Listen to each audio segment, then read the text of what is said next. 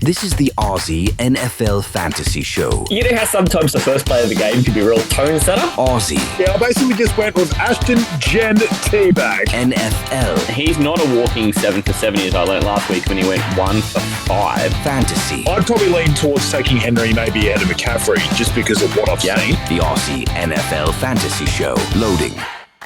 Australia's premier NFL fantasy football show is back, and for the Aussie Gridiron Network, this is the Aussie NFL Fantasy Show. They call me Matty C, and as you might expect, back for the Sunday show is the star of the show, Taylor Goodall. Matty, we are back talking about the West. And I bet you guessed, yep, we are the fucking best. So let's go. That's fantastic. I was hoping for a Taylor's the best in there, like we got on Friday. That was my favourite. I'm bringing all of us with this train today, Matty C. It's not just about me. It's about all of us. We are the best. And first, I'd even set you up for the chance to go the shameless self-promotion, mate. You just stepped over it. How about that? You humble bastard. I am nothing but the most humble man in the world. I deserve a medal. Mate, the best at being humble. While we're at it, too, you'll know this from the Friday show. This man has exploits all over town and the country when it comes to American football here in Oz. But you'd also know him as being part of what we call the OG3 here at the Aussie NFL Fantasy Show. It is the voice of Aussie Gridiron, MANJOT. Melly, welcome back, brother. Yeah, great to be back. Look, I missed my chance on the Friday show to actually say a rhyme, so I'm going to go ahead with this one as well. So shout out to rookie running back from the Chargers, Omarion Hampton. Got a great rhyme for him. You guys are going to love this. Oh, I'm ready. Jim Harbaugh, in the draft, he took Omarion Hampton. He said, here, you'll have the ball a ton. And you know he's going to have some great runs because he's going to smack that ass, son. Hey, I don't make that joke enough. On Friday, you'd mentioned there was a joke that I hadn't really been doing since you had left. I'm assuming that's it? Yes, that's the one. Smack the ass, son. I had to bring it back. It's been a while, Tay. Can I just get a quick score from the Poetry Society, Tay? I know that you've got them on speed dial. Were they happy with that one? They kind of just hang out in the corner of my house these days. Oh, is that it? Because they know that I'm just going to bring out some kind of genius. They just basically hang around. Yep. MANJOT, you got an 8.5 out of 10. Yeah, that's a thumbs up. Let's go. I wrote that a month ago, boys. So it's been sitting in my notes on my phone. That's the most prepared I've been. Month ago? Oh, I guess that's it. Yes. Go rhymes with go. Poetry Society, thumbs up again. Look at that. They just upped it to an 8.9. Yes. Jeez. MANJOT's going for the all-time record here. Oh, mate, you're going to be over 10 out of 10 soon. Yeah. It's like the Baudo scale. That guy was a good fight too. I enjoyed having Baudo on. I'm looking forward to talking to him again later this season. Mate, while we've got MANJOT here, this is great because we have got a couple of folks who've written into the mailbag. And mate, you would probably miss having done the mailbag. It's been a long time. Oh, I loved that mailbag segment a couple of years ago when I was on the show. I know, Matty, you took a shot for me last season with some of the voice messages, but look, this year I'm bringing some more when I'm not on the show, but I can't wait to answer the questions this time. We're bringing MANJOT back. Surely you must have questions. Please reach out to us. When Tay and I get asked about fantasy advice, we are not backwards about coming forwards at any stage. Get your question read live on the show. If you've got a mailbag question or if you're really keen to just get on the show, we'll make it work. At Aussie NFL Fantasy on Facebook and Instagram. Oh, our first one in the mailbag. Check this out. It's from @Carnarvon which I think that's an amazing handle for an Aussie. The question here is about Puka and Davante Adams. Puka has been drafted really high, but Adams has always commanded a pretty big target share everywhere he's been. Are we forgetting about Adams when ranking Puka, MANJOT? Wow. Yeah, that is an interesting one. And I think the guy that I think about when this question comes up is actually Taylor, because Taylor has been talking about this a lot during the preseason. So it actually has been making me think about, whether I want Puka or not. So I really look at that back end of the first round. I've really been targeting Derrick Henry a lot over Puka Nacua. When taking that choice, it's Derrick Henry 100% of the time for me. And I think that Adams' target share does take that into account. So I actually have been taking that into account when evaluating Puka in my draft evaluation. So that I just want to give an example for answering the question. The more that goes to Adams, the less that goes to Puka. So I really feel like it does dent Puka's value, in my opinion. Well, all right. So maybe we are ranking Puka too high. Tay, what do you think, mate? No, I don't. I've been talking about this pretty much the entire preseason. I think they both got room to finish in the top 12. It's people don't realize how often this actually happens. There's actually been so many cases of there being two receivers finishing in the top 12 in fantasy. It's the fact is they don't really have a third guy. Like they are going, even if Adams comes in and gets, 18, 20%, it's still like not enough to deter from Puka. I don't think Adams honestly is going to be the volume hunter. I really think that Puka is going to absolutely dominate with Adams on the field because they cannot focus all their attention on Puka because Adams to me is going to be getting the big plays. I've made the bold call already that I think if Stafford's healthy, like Manjot said, I think Adams is going to lead the league in touchdowns. He's always been the red zone threat, and Puka generally hasn't been used a lot there, but he is so good at getting open. It is just freakish. He is going to eat in this offense. He is going to have so much volume, and even when Adams essentially has, the big plays and gets a bit of volume himself, it's not enough. Like there is still plenty to go around those two guys. I just think if Stafford's there, they both should be taken where they're going at ADP. I'm not like super duper high on Puka. I'm basically where he's meant to be ADP wise. I'm a bit higher on Adams because I think he's going to have that touchdown. Like I said, the obviously the bulk points. I just think Puka's going to be way more consistent than Adams. I think Adams is going to have sort of flashy games where he might have 2 touchdowns and then he might have a game where you're a little bit disappointed where he's got 0. But overall, I think they're both in for great seasons because I just believe this Rams offense while Stafford's healthy is going to just completely run through the league. I think they're going to be one of the better offenses in the league. And I mean, the way the Manjot teed that up too is, okay, so maybe there's a chance that Puka ends up maybe not finishing as high as we're drafting him, but he definitely at no point did he say that Puka's not a good investment. And I don't think you're saying he's not a good investment either. We're also just saying there, and Tay, everything you've said is exactly where I've felt all season, is that, oh man, I'm getting Adams wherever I can get him. I've got him in so many leagues. Oh my God. Can I just say, I think Adams is the better value. Like, if you can get one of the two, it would be Adams. But that doesn't deter me from Puka at all. It's just that I think, I'm basically, like I said, taking Puka where he's going at ADP, whereas I've got a bit of a boost on Adams from what other people and just the general consensus is. So if I could have one, I would take Adams because I feel like I'd be getting a bit of value, but I don't think that deters from Puka's value at all. But at the same time, like Manjot said, I'm fine taking a running back where Puka's going as well. Like I just like to let a draft come to me. If Puka's been left for dead, or we had a mock draft where Puka got to me at like the 14th pick or something, and I'm like, okay, I'll take him there. Like that's kind of an 8th wide receiver. You have to take him there. I would 100 times out of 100. But it's like I take him. Like if Derrick Henry's there, I would take Derrick Henry over him if that's what we're looking at. So yeah, I just don't think it's because of Adams. I think it's honestly Stafford's health is the biggest deterrent of whether I take Puka or not. Yeah, fair enough. Yeah. Second question comes in from @Tanamaya and it says, is there a second pass catcher to think about at the New York Giants, Tay? Theo Johnson, shout out Kev. No, not really, honestly. I feel like maybe Kev sent that in. I do listen to our podcast, and it is eerie sometimes how similar we sound. So, probably for all we know, you can't see me on screen. It could have been Kev the entire time. Maybe it still is Kev. Who knows? Yeah. Maybe we're the same guy. We'll never know. But I'm going to about the Bears. Sorry about that, Kev.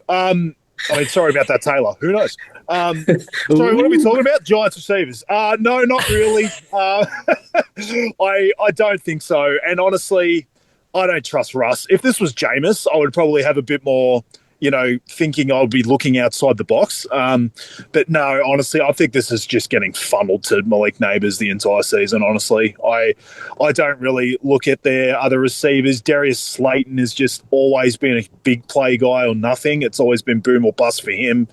I think Jalen Hylett's barely even on the buddy team at this point. They thought he was going to sort of come in and be a bit better than he was, but he hasn't.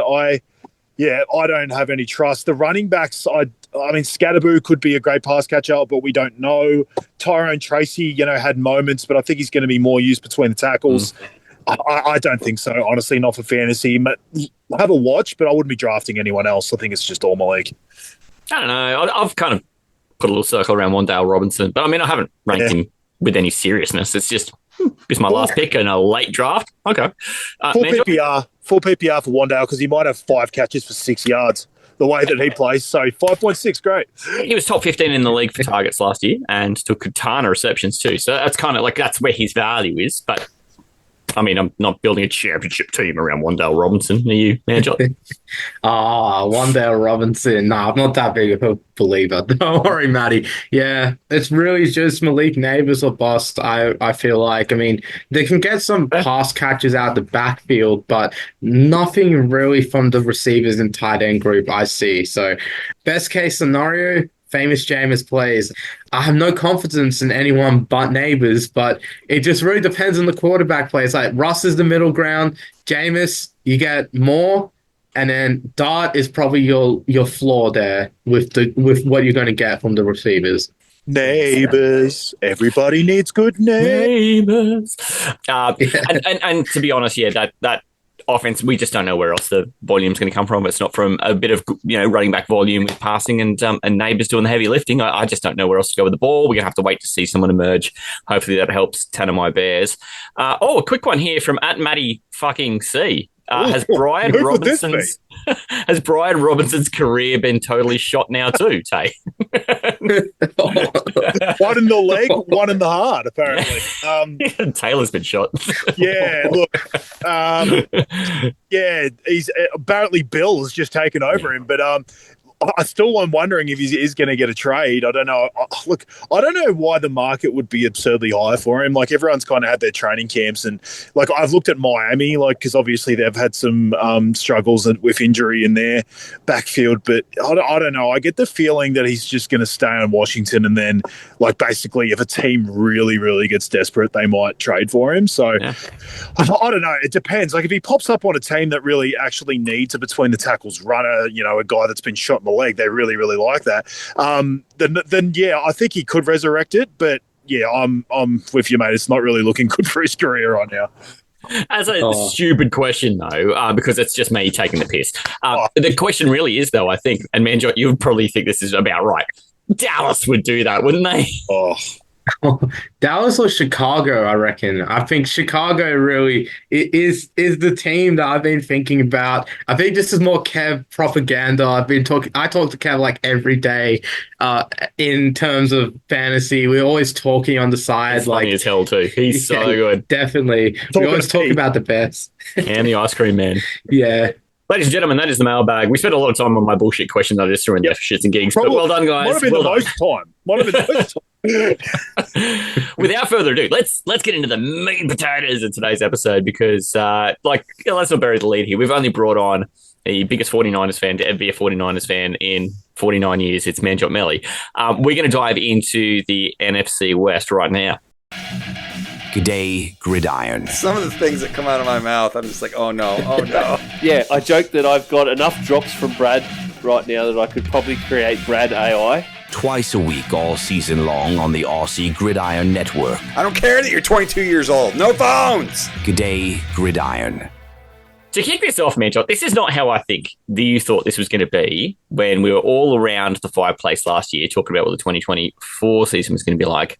You know that we run these divisions from who came last to who came first. And I did not think there was any way we would have been talking about San Francisco out of the gate. You were telling me they were going to win the division. And when I said no, you kind of yelled at me. But also I said it was because the Seahawks were going to win it, and I was also wrong. So welcome back, mate. We're going to kick off with your 49ers.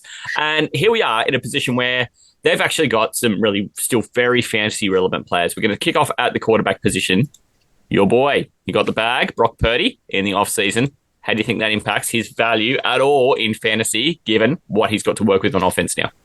Yeah, I mean, with the bag, That's going to reduce the amount of weapons he can really get in the future. So that in terms of dynasty players, I would say that could have an impact there with the amount of skill positions he can get outside. But really, I think there's still good stars around him right now, despite any injury concerns that we'll get into later. But really, Brock Purdy, I think, in terms of his fantasy value, really, he's definitely in that super flex contender. He's a very efficient quarterback. I mean, I just love watching film of him because he just breaks down defenses and that sort of thing. But in terms of fantasy relevance, like he can potentially have like a play or two with his legs in a game, and he can throw for two or three touchdowns in his best games. But with the stars around him as well, I think that also does limit what he does, and what Shanahan has for him as well in terms of play calling can also be a limiting factor on him because he likes to run the ball a lot. So I think in terms of super flex, he'd be a good second quarterback. I don't think he's a starter in fantasy anymore, as much as my heart hates to say that. I think that's probably the right call there. Hey, he's getting picked up at around between 10 and 12 across the major sites. I've got him far lower at 18, but mate, I'm not even the lowest on him. What's going on with your Brock Purdy ranking outside the top 20?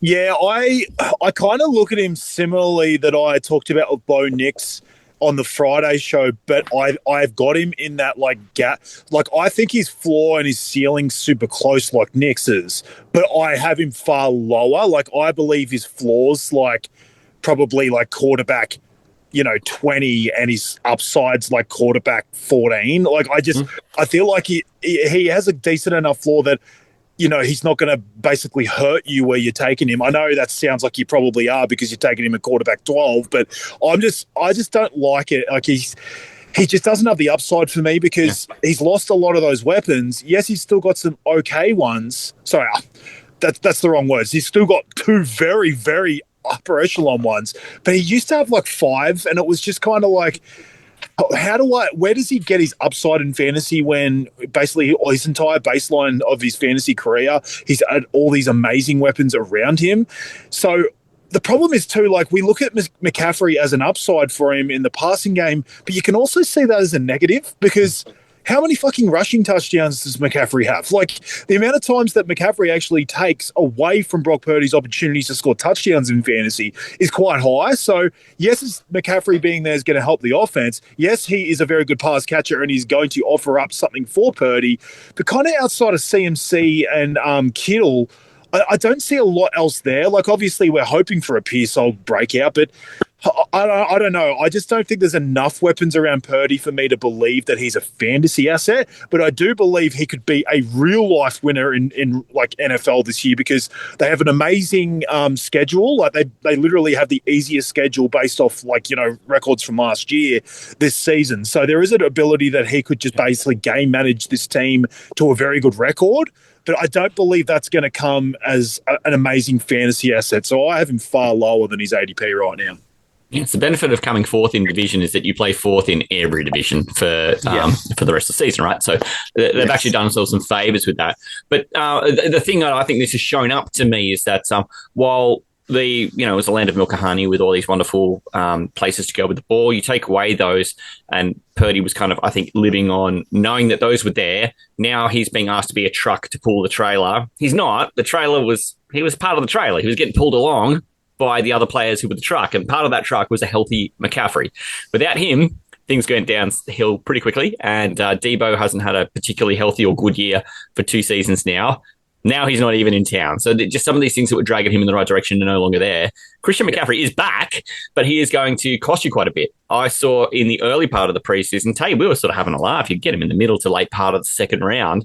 Can't get that now. He's probably going to be gone by the end of the first round or the very start of the second round. Seen him ranked everywhere from 4 to 7 across the major sites. Tay, you and I, not much different. We got him at 5. Care to explain your faith in Christian McCaffrey? It's just all bad out in the stats. When the guy's on the field, he's an absolute freak. And obviously, we're getting cam reports that he's never been healthier and he's never been quicker. And look, in the end, I just always want a piece of him when he's on the field. I play fantasy to win. I'm not playing to sort of get sixth place. I believe that this guy has running back one upside, and so you can get him not as the running back one, as a running back, like you said, anywhere between 5 and 7. I'm taking that shot. I'm sorry. Like, it's just who I am. I want to win. I want to get that guy with ridiculous upside. And I like to project health. Like, I don't go into my drafts and go, oh, this guy, like, there's a 1% extra chance that he's going to get injured over this guy. I just don't play that way. I look at upside, and I look at the best case scenarios of guys hit. And this guy just has it in spades. Amazing pass catcher. He's going to be Brock Purdy's best friend.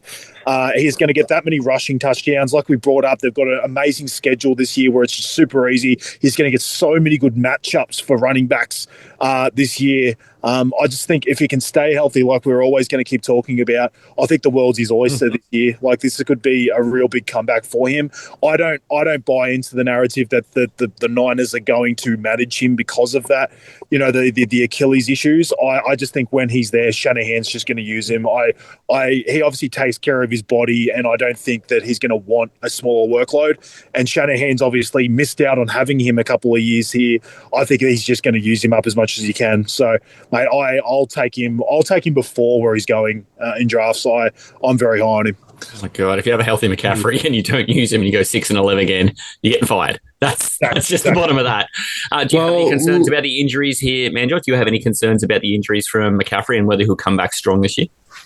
Well, it's not necessarily the McCaffrey injuries, actually. It's the injuries to all the other running backs in that San Francisco room. So when Taylor's talking about usage of McCaffrey and whether they're going to save him up, well, every other running back in the San Francisco room right now is actually injured, having some sort of injury concern, which is just... It's just crazy to me to think about as well. Fine, just but how none of them are McCaffrey. good. Yes. It doesn't matter as much because they're not McCaffrey. McCaffrey's the one you're going to draft in the first round. Exactly. But it just shows as well that McCaffrey, any usage concerns, anything about saving him up, it's just not going to be there because he's going to be the only healthy running back there. And I reckon really... just watching McCaffrey, I would say I've seen some clips in training camp and stuff. I know it's not like full speed and everything, but just seeing him run, the way he runs again, it just looks like he is getting back to full health. And really, I don't have much concerns from all the clips I'm seeing out of it. So I don't think I have any injury concerns at the moment. If there is something, like if he's there when I'm picking, I reckon I'd take him like easily. Like if you look at Fantasy Pros, for example, their overall rankings, like you have the tier 1 guys in Bijan Robinson, Jahmyr Gibbs, you got CD, Jamar Chase, Justin Jefferson, Barkley, those sort of guys. I would put CMC as like one of the better ones in the second tier that they have. So I would take the risk with CMC any day. And as you guys were pointing out, that schedule as well is pretty good. I think the Niners can definitely manage some games, and that really plays into the CMC game script, I reckon. I mean, I consider CMC to be a tier 1 guy because everyone else you mentioned in that bunch have the ability to be the number 1 in their position, and CMC does too. Am I picking him in front of most of those guys? Probably not. That's not the point of the tier, though. The tier is to say these are the guys who've got the most opportunity to deliver at the level that you need to get your return or to increase your investment at that cost. So that's how I see him there. And I think if you do take CMC, and you've got the bench space to do this in your league, you need to take Isaac Guerrero. He looks like he's going to be the person who is most relied upon early on to take up any time that McCaffrey would miss in any way, shape, or form. You have to have that insurance policy. It looks like him. The wide receivers here, the problem I've got here is that there's 3, so there isn't 1. I've got Juwan Jennings, Ricky Pearsall, and Brandon Ayuk all ranked between 40 and 46 across the consensus, the major sites. Manjot, make sense of it for me. Yeah, well, I can make sense of it with the word injuries. Right, everyone but Pearsall's injured at the moment. That's what it looks like. Even the backups you haven't mentioned are all injured as well. So Ayuk, he's coming back from an ACL. He's probably not going to play the first, say, 4 or 5 games. I think they're saying week 6, week 7 is probably the best case scenario as a projection. Ricky Pearsall is where I'm looking at the moment for the Niners. I think just looking at the way he's been connecting with Brock throughout the first parts of the preseason and training camp, all the reports I'm hearing, I'm pretty high on him. I've been taking him in a lot of places. I really do believe in him. We just made the shot jokes about Brian Robinson like 10 minutes ago, but Ricky Pearsall himself being shot, it really took him a few games to come through last season. But at the back half of the year when he was fully recovered and everything, I thought he looked pretty good, especially for a rookie. Just he was getting up to game speed after a long time out, and I really feel like there's a lot of upside there. So that's why I'm really feeling like taking a shot on him. Yeah, fair enough. Hey, Tay, is there anyone in this receiving core that you like the look of, or is there a certain way that you would approach these three? I liked Jennings earlier in the preseason. I really felt like he was going to command the highest share out of the wide receiver room. But like Manjot said, it's just basically Pearsall and no one else. Like everyone else is either coming back from an injury from last year or dealing with one in camp. So like Pearsall's getting all the camp, like he's getting all this time to sort of acclimate with Purdy in the preseason. I would definitely be taking my shot on him at this stage because you just don't want to buy the injury dip sometimes, like especially at the Niners. Like they have that many body injury concerns as it is. You just don't want to be taking a shot on a guy with a calf injury like Jennings of all things. Like I would definitely be putting my chips on Pearsall, but because I really love McCaffrey and obviously a certain tight end we'll talk about soon, I've been finding myself sort of less interested in taking Pearsall than probably other people in my league, and that's not me having a go at him. It's just because I think everything's going to get funneled to two guys, and it just makes me wonder what a wide receiver one at the Niners looks like this year. So I'll probably let someone else take that shot on him. But I've got no issue with people doing it because he is a first-round pick. Generally, first-round picks often take a leap in their second year. So, especially, obviously, because he lost a lot of his first year to, obviously, the gunshot. So, I do think he is the best opportunity for fantasy success, but it'll probably be one that I'll let someone else take. I mean, I want to see it. He's had 5 catches or more in a game once. Man, I've done that. So there you go. George Kittle is really, I think, where this ball is going to go mostly when it comes to passing downfield. He is pretty much, Tay, as you've said, when there's nobody else, then Kittle's kind of everything. And even when just one player is missing, he tends to just suck up a lot of volume. Oh, man, I am hot and bothered over Kittle this year. I still remember in our fantasy group, it was like 3 months ago, and I was like, I'm going to ask the earliest question. People probably don't give a shit about fantasy, but I'll ask this question anyway. I was like, who's like anyone's like my like early, ridiculously early my guy, like someone that you think you're going to have a lot this year? And my guy was George Kittle that long ago. I looked at this and I thought, you know what, this is exactly what I've been wanting out of George Kittle in a preseason for so long.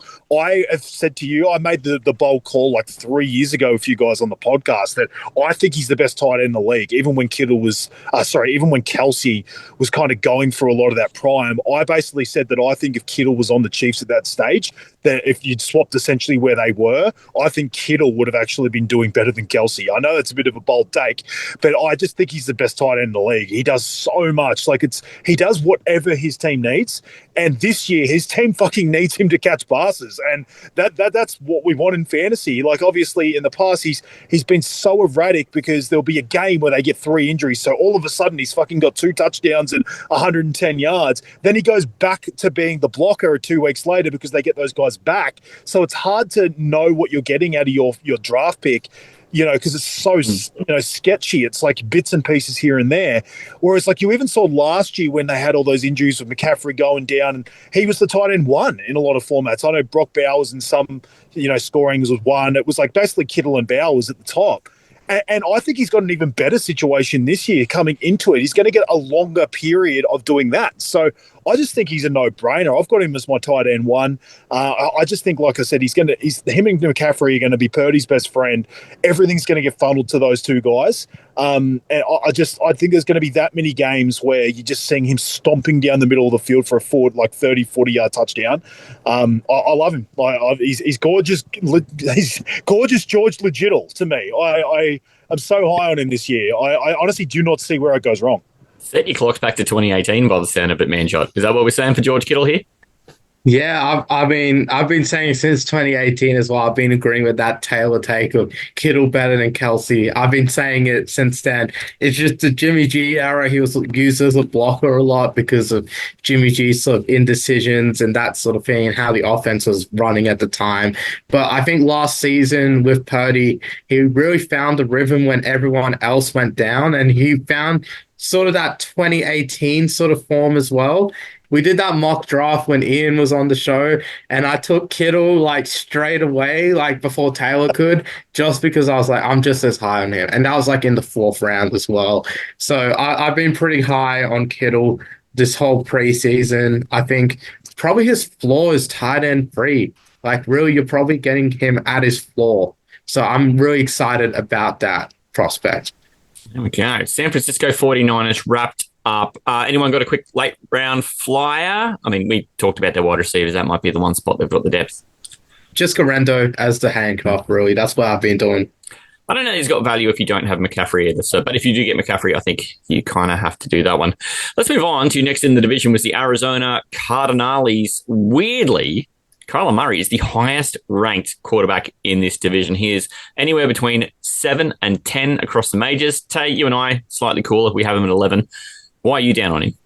I don't know, Matty C. It's probably a little bit of just hurt from last year. Obviously, I saw half where I thought he could sort of crack it into that top 5, and he just had that many. He can look like one of the best quarterbacks in the league for like a quarter, and then just the next 2.5 games, he looks like shit. And then my upside case for him this year is if Marv takes a leap and he's still got that connection with McBride. I feel like having 2 really good pass catches, then you can probably add Connor in there out of the backfield. I still think there is an upside case for him. Like I find myself taking him when I wait at quarterback in like a 10-teamer because he's going at the end of drafts because obviously he's getting ranked around there, and that's where I have him ranked. But I brought up with you on possibly the quarterbacks show where I basically said that even if I had him ranked behind like Bo Nix and some of those other guys, I probably will rather wait 2 rounds and take Kyler because I think he has more upside than some of those guys. I still think in a perfect world where things go right, he has that sort of edge of top 5 upside. I'm not going to rank him here, but I just think because he uses his legs, I'd like to see him use his legs more this year than last year. But the fact is he's got Marv that I believe is in line to have a far better season this year. And obviously McBride, who, we'll talk about soon. But I do think there's an opportunity for him. So my ranking is probably being a little bit cautious from what I saw last year. But he's one of the ones in that range that if I'm taking anyone in that range at quarterback, it's him because I think he's got the highest upside out of anyone around him. It's weird to think that we talk about his like rushing being down a bit last year. It was his second best rushing year of his career outside of his rookie year. It's just weird to think. But what pissed me about him is he refused to throw multiple touchdowns in the one game, Manjot. Yeah. Did you kind of also have that frustration about him? Yeah, I wrote like around the red zone as well. It just felt like he wasn't facilitating the ball as much. And look, boys, I've just got to say with Kyler Murray, go circle the date November 14, 2025 as the day of his downfall. We just got to be a little bit careful there, November 14, 2025, because that's when Call of Duty Black Ops 7 is releasing. We obviously know Kyler Murray, he's a big Call of Duty player, so I think Black Ops 7 coming out, that might be a bit of a distraction off the field. But all jokes, all memes aside, it's a very meme-friendly podcast. All jokes aside, I think Kyler Murray is looking like a top 10 fantasy quarterback again. I'm just unsure about his reliability, as you guys said. Like Taylor said, he can be good for a quarter, be bad for 2.5 games. And really that does loosen the upside a little bit. I think as well with Kyler, it feels like a real do or die season for him, like a make or break season from everything I'm hearing in Arizona. I mean, like it was what 2 years ago when Jonathan Gannon came in and they had like the first overall pick or somewhere close to the top of the draft, and they looked like a tanking team, and it was real rumors that Kyler Murray was gonna actually move on from the team. So they've kept him still like a couple years later. Despite that, I think that's when he was coming off the ACL as well. So 2023, just for you guys, just to have that reference point there. So he still played a couple seasons since then, and yet he's still on the team. But really, I don't think he's shown a lot in the last couple seasons to justify a long-term sort of approach. I think they sort of are stuck with his contract, so that's why they're sticking by him. But really, it feels like a make or break season for Kyler, and he needs to show out to show that he has a long-term future as the franchise quarterback. So we just need to see how he responds to the challenge. I think a lot of players respond very well to that challenge. You see the contract year upswing. So I think that's a very good sign for Kyler Murray owners. But yeah, just his lack of maturity, sometimes his lack of professionalism in terms of just the consistency is a bit of an issue. So really, this could go either way. That's just what I'm trying to say here. It's kind of funny because you go from a player who's so polarized and could go either way to a player who everybody knows everything there is to know about him, because James Conner is running back in that backfield. Nobody has him ranked anywhere outside of that 15 to 19 range. Tay, you and I are the same. He actually might be the least controversial player that's not Jamar Chase. Oh, my God. Not actually spend any time on James Conner, because there's really nothing to say there. He's going to make a super nice running back 2 for everybody. And if you can find a way to make him running back 3, you're probably winning. Their wide receivers are what I think is interesting, because Marvin Harrison goes out and has a great start. He played 2-3 really nice games to start the season, then kind of goes into a crater. They had some really great defenses in the middle of the season. And he then kind of reemerges when they have a whole bunch of great secondaries to pick on in the last 5 games of the season. He finished wide receiver 42 in his rookie year, and immediately, if not sooner, we have him right back where we had him last year, ranked between 14 and 20. Taylor, why do we trust this guy? You and I have him at 18 and 19. We're in there too. Yeah, I mean, you're backing on pedigree, aren't you? Like, you obviously the ADP for him last year was ridiculous. Like, you and I were on this podcast, like, laughing at the fact that he was getting taken at the end of the first round. Like, it was just, honestly, like, the bump up that everyone just thought that this rookie was going to take straight away, which it was funny, right? Because it was actually a year where so many rookies actually did dominate for fantasy, but we kind of all just got the wrong one. But it was just such an insane place to draft a guy like that. It was just never going to work at that kind of ADP. So I just think going in this year, he's had a year in the NFL. He's had a year in this offense. I also have brought up that I think the fact that McBride had such a big breakout last year, I think it's actually going to help Marv, because I think defenses are actually going to start accounting for McBride a little bit more, and they might actually start scheming some of their defenses to stop him, or at least kind of curb him a little bit in terms of his usage. So I think it's going to leave Marv a little bit more one-on-one on the outside, and I do think there's some big games coming for him. Really, this comes down to Kyler. Like, this, it really comes down to that connection with Kyler. And like I said, I've reason to believe that it's going to be better, for the Cardinals this year. They've sort of shored up some areas. Like, their offensive line this year is middle of the pack. It's ranked 16th per PFF. I remember coming into last year, it was basically getting ranked in the bottom. So I think there are reasons to believe that this offense is like improving a lot of the little areas you need to be a successful offense. So I just think there's reason to believe that Marv's just going to be a huge target hog this year, and things might be a bit more consistent. But you are right; it is taking a bit of a leap of faith, I guess you would say. Like, you are drafting a guy on hope more so than what you have actually seen in the NFL so far. So I found myself not taking a lot of him myself. But I understand the ADP, because there's just so much belief that this guy's going to take a second-year leap. And I do have it, but I generally like to take guys in that range that I've sort of seen do it before. So I'll probably let someone else take him, but I do see the upside. Are you that someone else, Manjot? I think that's, at the moment, I don't think I'm taking him that high. I'm just a guy that's a little cool on him. I think I think a lot of the time receivers, especially like you can look at Jamar Chase, people show those preseason drops, for example, but then by the time he hits his second or third year, he's just balling in the league. Yeah. And not many people having like Justin Jefferson or CeeDee Lamb rookie years. Really, it's really unheard of. Receivers do take a bit of time just to come in. Fantasy pros themselves, tier 4. Again, for Marvin Harrison, number 18, I think the guys around that range, you got like Mike Evans, DJ Moore, Terry McLaurin, like who has his own issues. But yeah, just some of those guys there. Like I think Harrison's more the upside player in that sort of range, where some of those other guys, they're sort of in that more dependability range. So I think Harrison really he could be a good upside play, but yeah, just all really depends on Kyler. I'm taking Evans and Moore in a heartbeat over him in that range. Yeah, there's no way I'm taking Harrison amongst any of those names. Definitely. Harrison had 800 yards and 240 of it came in 2 games. I need to see it, and he can be someone else's problem. Trey McBride is not going to be someone else's problem. If he comes to me, I'm going to take him. He and George Kittle are currently 2/3 of the top 3, and they come from the same division.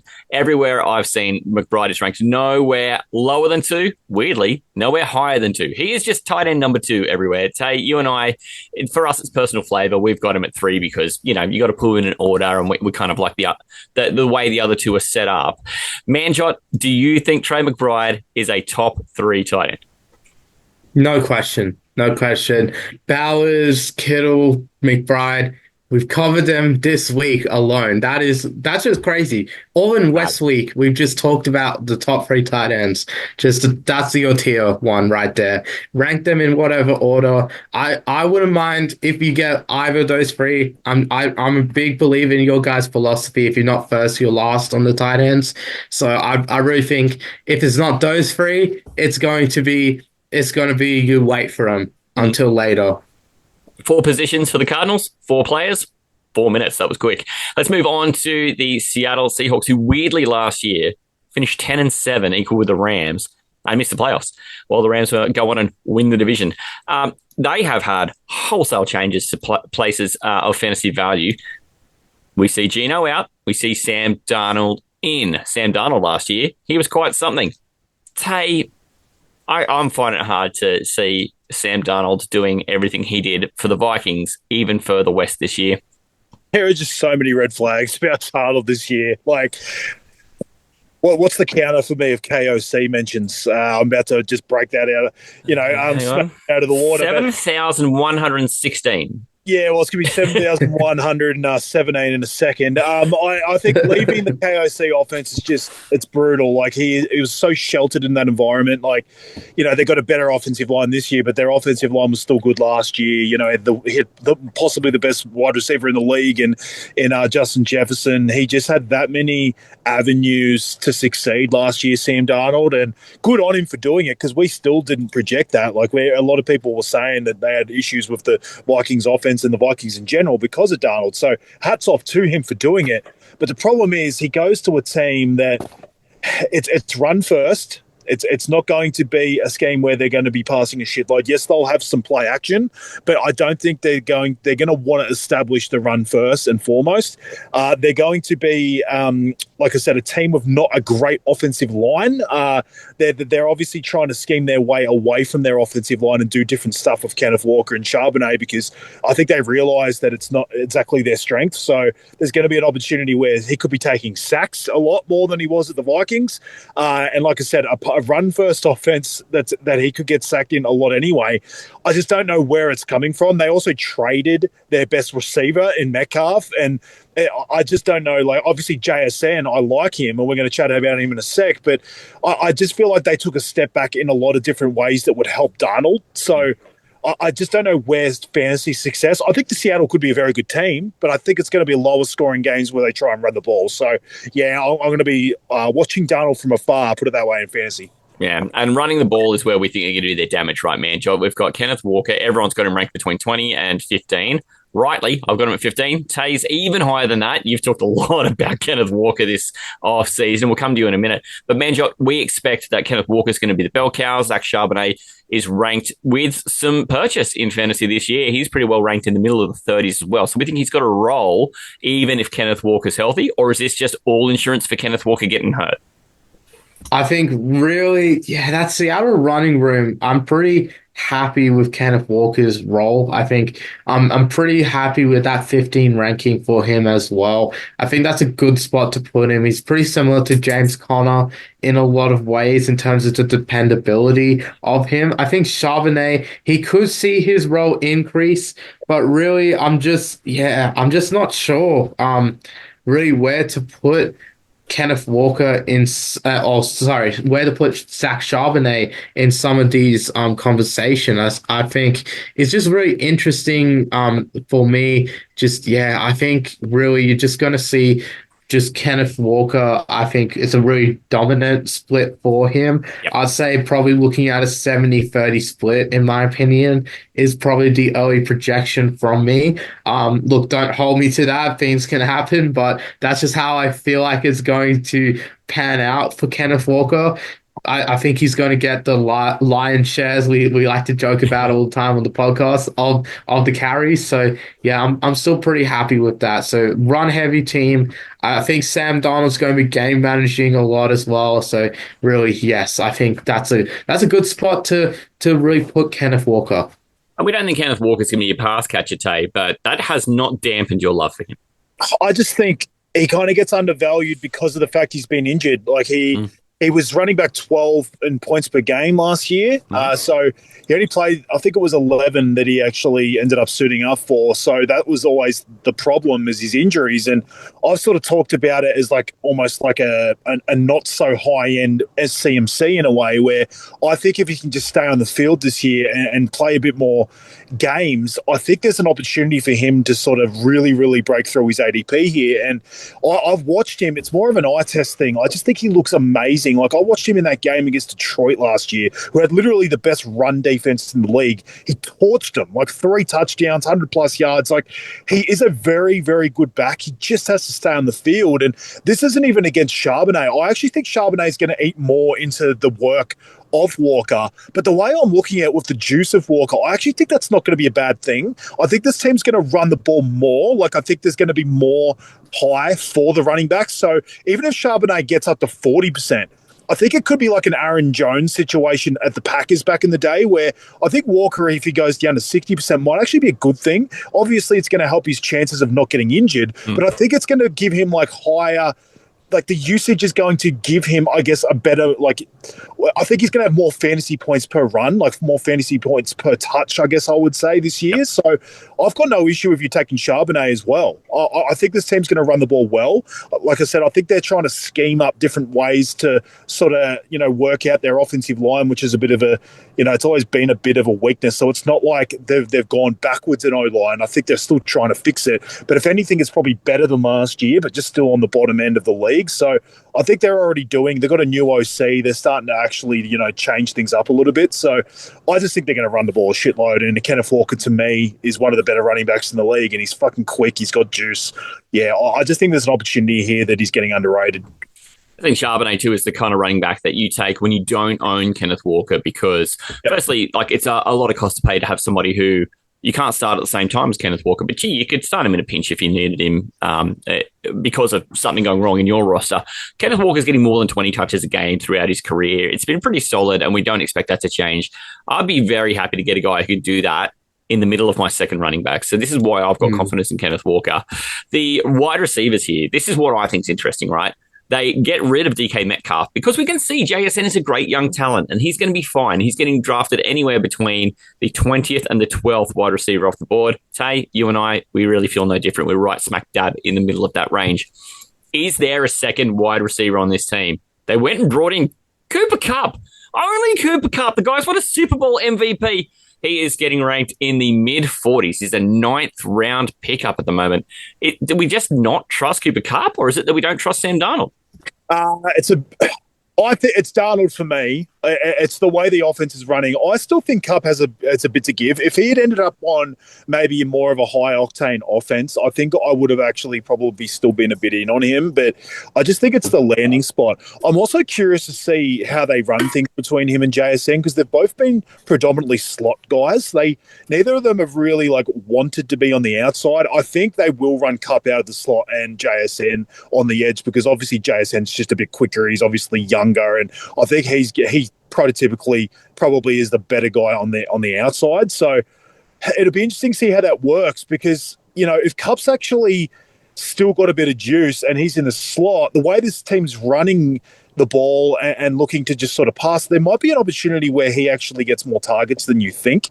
So I do have my little bit of concern. I was higher on JSN initially in the preseason. I moved him backwards a little bit during it, because obviously the Darnold concerns, but just the concerns about what this offense is going to look like as a whole. So I do think there's a chance that JSN maybe doesn't fully break out this year, but sort of return on your ADP, and Cup's maybe the better value. But at the same time, because of Darnold, I just don't trust it enough. So I'm not really taking either of them at the moment. I love JSN and Dynasty. My God, I've got him fucking everywhere. I love the talent. I love the talent. This is the biggest difference between my evaluation on talent compared to fantasy ranking. Yeah, if he ever gets a quarterback. Oh my God, I will lose my mind. I'll just take him first if I fucking have to. Yeah. If he gets an awesome quarterback, it really is just not trusting Darnold and just having concerns about what it looks like for the passing game in Seattle in general. I mean, they're Darnold targets for Cooper Kupp. Is that the problem, Manjot? Yeah, I think really, as Tay said, this was the point I was going to bring up as well. With bringing in Cup, they just brought in an older JSN. That's just all I thought when they had the signing. And then they trade away DK as well. So they really trade away their big possession guy. So he was the guy that could go down the field, get a big catch, like a Julio Jones with that strength. But now you trade him away, and now you just have a couple of guys who really just are crafty in the slot. I think really between those two, I just don't know. Maybe it is just Cup is going to take some targets away from JSN and really just kills both. And yeah, like you boys have been saying, Darnold, as I said earlier, he feels like more of a game manager to me. And I don't like the upside there with him at quarterback for the fantasy relevance. I think he'll be good as an NFL quarterback, but I think in terms of fantasy, he's not going to facilitate as much as Geno was when Geno was just throwing moonshots out there. I think one guy as well, I just want to bring up, Torrey Horton. I've been watching him out there in preseason. I like the look of this kid. He's only a rookie.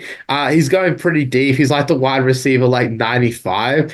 But honestly, I don't know. He's a bit intriguing to me. So I think in a deeper league, say, a league Kev Patterson runs, basically that sort of deep league, he's a pretty interesting flyer. Dynasty, I reckon, as well. He wouldn't be 29th round, yeah. Yeah, so look, Torrey Horton, all I'm saying is I've probably watched too much Seahawks on Instagram. And that's shout out Seahawks Sam, by the way. We love that guy.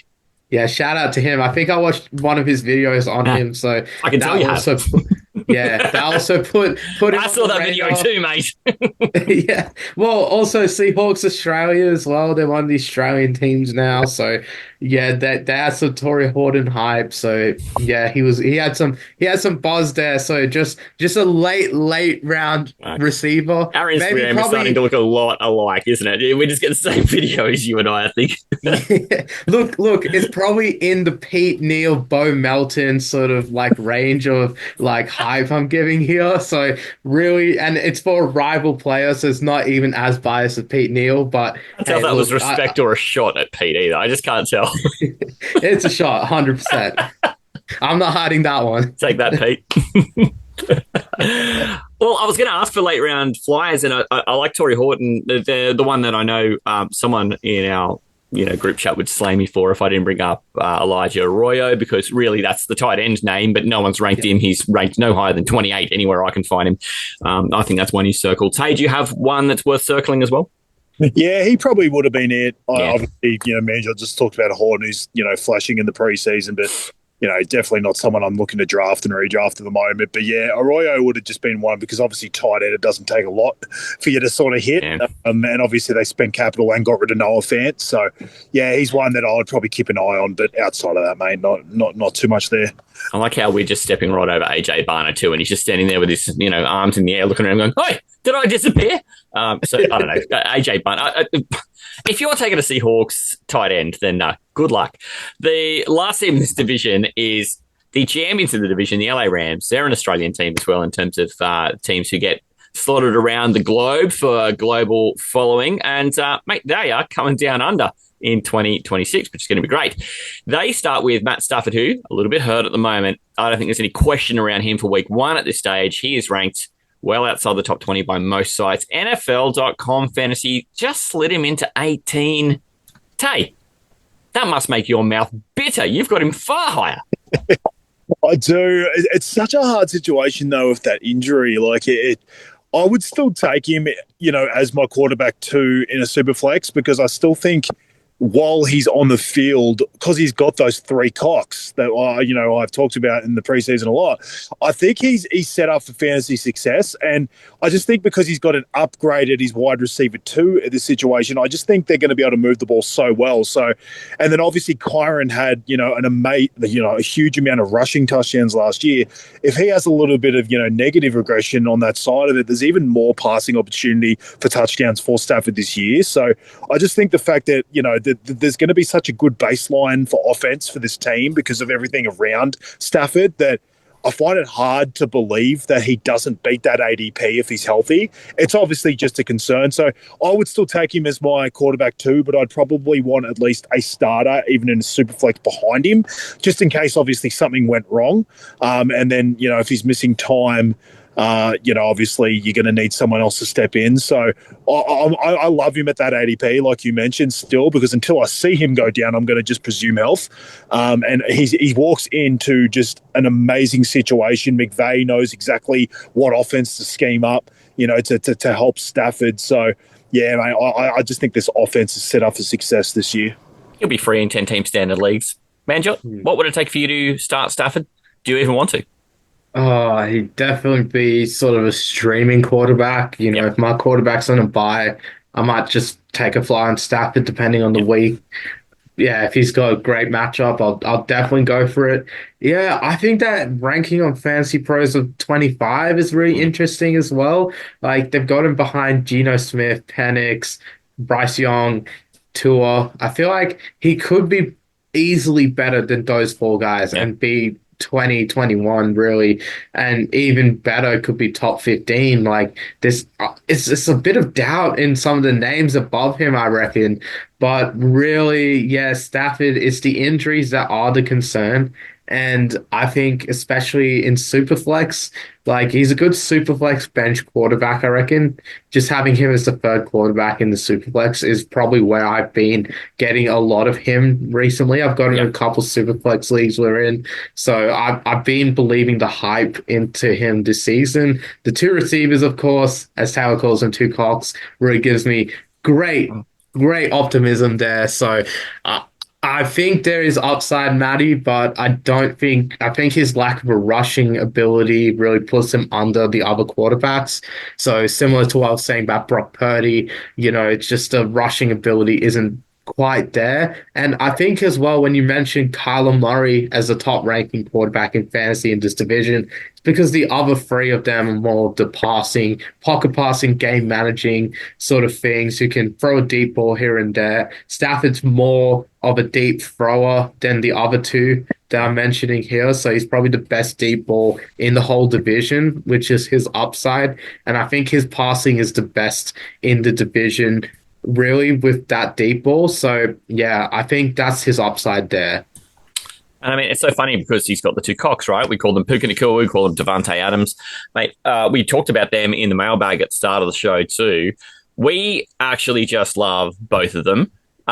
And I don't think there's any problem with their rankings. Devontae Adams is getting ranked between sort of 15 and 20, depending on who you believe across the major sites. Tay, you and I are much hotter. We've got him above 15. We're saying that offense should be able to sustain 2 top 15 wide receivers along with the Bengals. It's kind of a rare thing to have two teams be able to do it in the same year, but it's not impossible. We've seen it happen before. And there's really no reason for us to sort of feel like you should duck the opportunity to take either of them. I guess it just depends on whether Puka falls to you or whether you want to go for the value of taking the guy who costs you a little bit less, but, has just as much opportunity to score points. The running back in this offense is Kyren Williams. Now, this guy, a little bit more polarizing, not because consensus across major sites doesn't know what to do with him. They all reckon between 10 and 12. Lovely. That's a nice tight band. Tay, we've been super high on him at 7 and 8. But if you want to read articles about people they think might not return their draft capital at running back, Kyren Williams is the first name out of so many analysts' mouths. Why do they hate him when we love him? We've been hearing this shit for so long. Like we constantly get told, but it's not just by Kev. Like there are other people, like you said, out there that they go through and they look at every website. Who's the first running back that might not return their value? Kyren Williams. Oh, it's first one on every website. Blake Corum, how fucking good is him? Jizz fest. Like, they've drafted Jaquez Hunter. Like, he's clearly going to take all the work off Kyren. No, he isn't. He's a fucking kick returner, punt returner. Let everyone jump off him last year. Okay, I swept him up fucking everywhere. Like, I was stoked with that news last year because I knew it was bullshit. And the amount of people, like, I think I got him at like running back 16 in one league because everyone leapt off him because of that news, and it was just all crap. Like, he clearly has McVay's trust. Like, the only reason he gets all this volume is because McVay wants to give it to him. And the fact is, he had a shit yards per carry. Yes. Doesn't that mean there's reason for upside this year? I don't get it. Like, he's not going to go down from his yards per carry last year. Maybe there was just obviously some reasons. He had a lot of volume, obviously, so generally your yards per carry is not going to be high. But I just feel like that's only reason for optimism. Like, what if his yards per carry goes up 0.3 or 0.4 from last year? Then he's going to have a shitload more yards. Yes, he had a lot of touchdowns, but I don't know how this offense isn't going to create more red zone opportunities again. Yes, there is an opportunity that Devontae Adams comes in as a shitload of touchdowns. I've already brought that up. But don't you think there's a chance that there's just like 20 or 25% more touchdown opportunities this year than last year? The offense is just set up for success. I don't see, like, I'm taking him over so many guys in this range because I know the offense is going to be good. It's why I love Chase Brown. I've got them two back to back because I know Chase Brown's going to have a shitload of opportunities for touchdowns, and I know Kyren Williams is. There's guys around that area that I don't love their offense, and I don't know if they're going to catch passes, and I don't know if they're going to score any touchdowns. So why would I take anyone else around him? I've got him at running back 8. I love him. I don't get it. Everyone wants to anoint someone else in this backfield, except just admit that Kyren is going to get so much fucking volume. It's mad. He had 300 carries last year. He'll probably do the same again this year. It's very likely. Manjot, I don't expect you're going to be on Kyren's ass because we've been working ourselves into a fucking lather about him. But the consensus is between 10 and 12. Do you think that's fair? Yeah, God, Taylor just went on a complete rant about Kyren Williams. I think Kev has absolutely worked him up with all the quorum talk and all of this, I hate Kyren shit, like in our group chat. Like, honestly, this is probably Taylor's way of saying, Kev, you're absolutely wrong. Just stop with all the quorum talk sort of thing. I think that's just what Taylor's saying. It's just all there. But really, with Kyren, just on some serious note here, I think I agree a lot with what you boys are saying with him. Just looking at the Fantasy Pros again, look, I've been using them all week with this sort of fantasy analysis. So really just love Fantasy Pros. And he's apparently in tier 3. I think he's probably the closest in tier 3 to going into tier 2. That's probably my opinion. Like, I'm just as high than you guys. Look, Kyren gave me a bit of PTSD, honestly, just hearing his name last season, week 2 in LA when we blew that lead thanks to Ronnie Bell and Jake Moody. But also Kyren Williams was just incredible in that game. And I think from there, he really just woke everyone up to how good he was in fantasy. I think the year before as well, his rookie season, he was great as well, but he really shone a lot last season, and starting from that week 2 game, just really put the spotlight on him. I think, if you look at the guys around there, so Taylor talks up Chase Brown and he says Curran is under him. So Fantasy Pro says Bucky Irving, Josh Jacobs, and Jonathan Taylor in between. I think I'd take Curran over Jonathan Taylor. More dependable, I'd say. More upside with Curran than Jonathan Taylor. I would say he has more upside than Josh Jacobs. I think Jacobs, he's got a lot of volume though, so that goes his way as well. But I think Curran has the more upside, and he has not. It's not too much of a gap in volume between him and Jacobs, so I'm okay with that. Bucky Irving, a lot of people talking him up. Shout out Sleeper Admin, but I think Curran's more dependable. I think Bucky's got a little downside sometimes with the way he runs the ball. He can be a little slow in that aspect, but I think that's not going to hurt him personally. But with Kyron, I would trust him a bit more over Bucky Irving. I think you can definitely make a case for Kyron Williams to be the top of tier 3 or the bottom of tier 2 along with Chase Brown. I think that's a pretty good ranking. I think I'm with you guys on that one. I think that's brainwashed.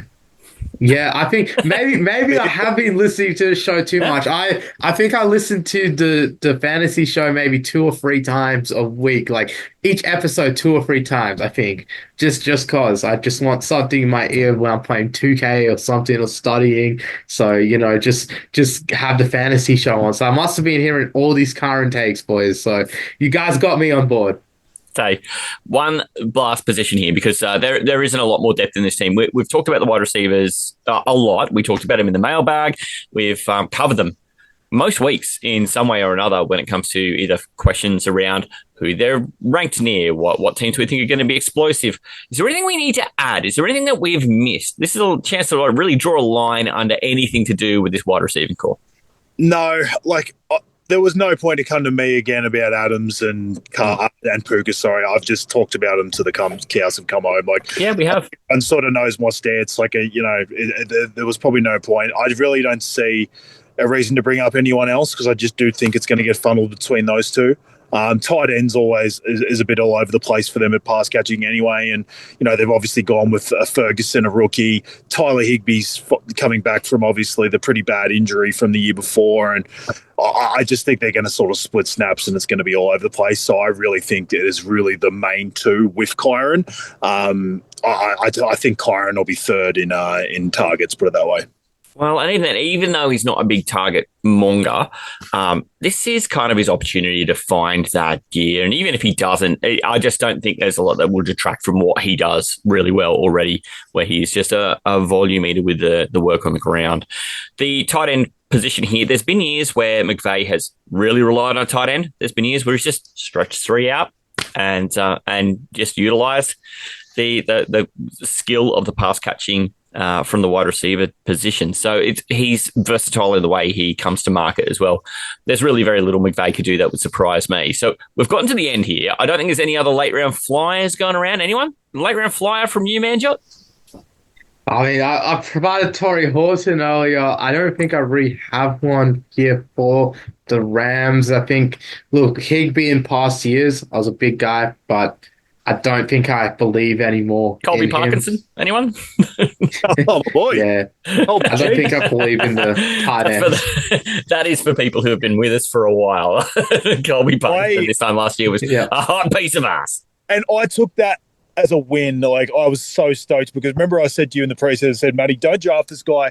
I just got a feeling there's going to be a week where he's going to be a waiver wire darling. And in week 2 or 3, he was the hottest waiver wire pickup. I was like, yes, vindication. I don't care if he falls off a cliff after this. From up above. I feel that is manna from heaven. Sweet podcast vindication. And then I'm pretty sure everyone picked him up and he did nothing. And then he fell off the face of the earth and I didn't care because I was like, that's all I needed. I just needed 1 week where all of a sudden he was relevant because I was bringing his name up when no one else was.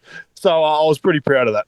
Victory lap. Oh, fuck it. And we do a victory lap. We have gotten through the AFC and NFC. So far, the North, then the South, now the West. And we've done it with the great knowledge of the West in the NFC today from the voice of Aussie Gridiron, Manjot Melly. Mate, thank you so much for joining us for these 2 shows. Yeah, it's been great. Great to be back, boys. I mean, it was a big part of my life for a couple of years being on this show. As we said at the start of the AFC West show, Yeah. we've been on podcasts together for like 2 years straight, and then it felt like, we had this real brotherhood. The trio of us and myself, Ian, Brad as well, that trio as well, had that brotherhood as well. So really, I have missed it a lot. I'm very excited to come back some point in the season. I know a few of the boys are very keen as well to get on. I'm really excited to be a keen listener throughout this season. It's just been a great listen, boys, and I've really enjoyed all the great guests that have come on. You guys put really high standards to this third chair next to Matty and Taylor, and I'm really glad that, I hope I followed those standards. So yeah, I think you guys out there who've been guests on the show, it's just been really great to have you guys on. Just it's been a great honor, and really I'm just glad, you guys have been just getting people on, including myself. Mate, Tay, you glad to see this smiling face back? Oh, mate, he talked about the brotherhood. It'll never go away. Whether you're on the show every single week, or whether you're coming on as a guest like everyone else, mate, you'll always be a brother of us. And you meant a lot to us with bringing forward that Aussie NFL fantasy show and sort of changing it from the Astro League show to that. You'll always be the super fan, and you'll always be a part of what we've sort of built here, mate. So, yeah, every time you come in, it's amazing. And like you said, you've always got a smile on your face, and you're always happy to chat fantasy or regular NFL, mate. So thanks so much for coming on. Yeah. Yeah, it's been great. It's been great. I think my voice is almost running out, boys. Yeah, just mate. how much I've been really enjoying my time with you guys this week. And that'll do it for the show this week. And Manjot, thank you so much for your time again. We're going to get out of here and catch you all next week when we bring in another of my brothers. Not just Manjot, he's my brother, but my actual brother from my childhood, Danny Connor, is going to join us next week for a trip into the AFC and NFC East. Mate, thank you again, Manjot. We'll get out of here and catch you next time round. Hooroo. Hooroo. The Aussie NFL Fantasy Show. Thanks to the Aussie Gridiron Network, Australia's home for NFL and Australian gridiron content. Discover everything the network has to offer, including G'day Gridiron, Pastry Press, NFL, and Aussie Gridiron Today. Buy merch and win free stuff. Visit the mothership at linktree/Aussie Gridiron Network. Hooroo!